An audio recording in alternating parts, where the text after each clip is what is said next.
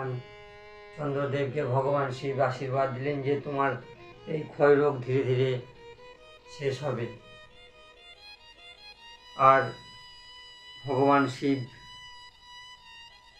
আশীর্বাদ দিলেন যে এই ব্রহ্মকুণ্ডতে যে স্নান করবে তার ক্ষয়রোগ শেষ হবে।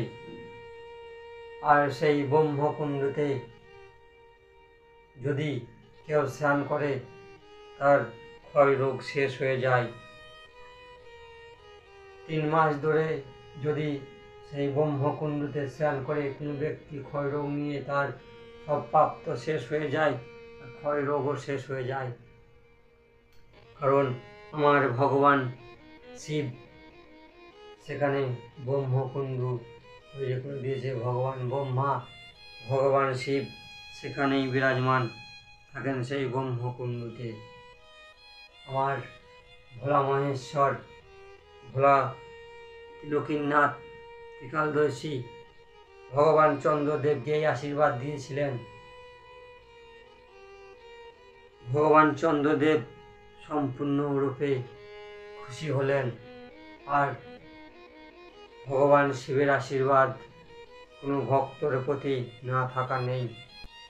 ভগবান শিব যখন ভগবান বিষ্ণুকে বাম অঙ্গে 10ম ভাগ থেকে সৃষ্টি করলেন ভগবান বিষ্ণুকে, তখন ভগবান বিষ্ণু ভগবান শিবের আশীর্বাদে ভগবান ব্রহ্মাকে সৃষ্টি করেছিলেন লাভি থেকে। আর সেই লাভি থেকেই পদ্মকমল হয়েছিল, আর সেই পদ্মকমল থেকে ভগবান ব্রহ্মার সৃষ্টি হয়েছিল। আর সেই সৃষ্টি থেকে ভগবান ব্রহ্মা মানবদের সৃষ্টি করেছেন। সর্বপ্রথম মনু ও শতরূপাকে সৃষ্টি করেছিলেন ভগবান ব্রহ্মা। তাই আমার ভোলা মহেশ্বরকে যে স্মরণ করবে সব দুঃখ কষ্ট দূরে যাবে।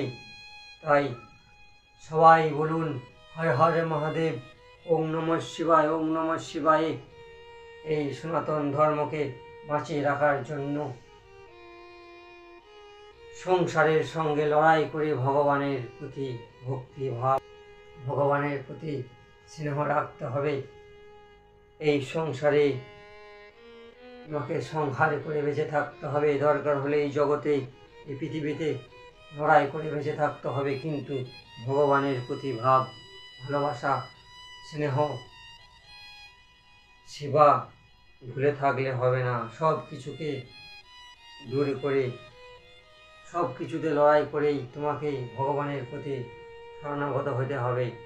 আর যেভাবে ক্ষয়রোগকে ভগবান চন্দ্রদেব দূর করলেন 10 কোটি বার মন্ত্র জপ করে, তেমনি আমাদের মনের আকাঙ্ক্ষা পূর্ণ করতে হবে ভগবান শিবের মন্ত্র জপ করে। তাই যদি কেউ ভগবান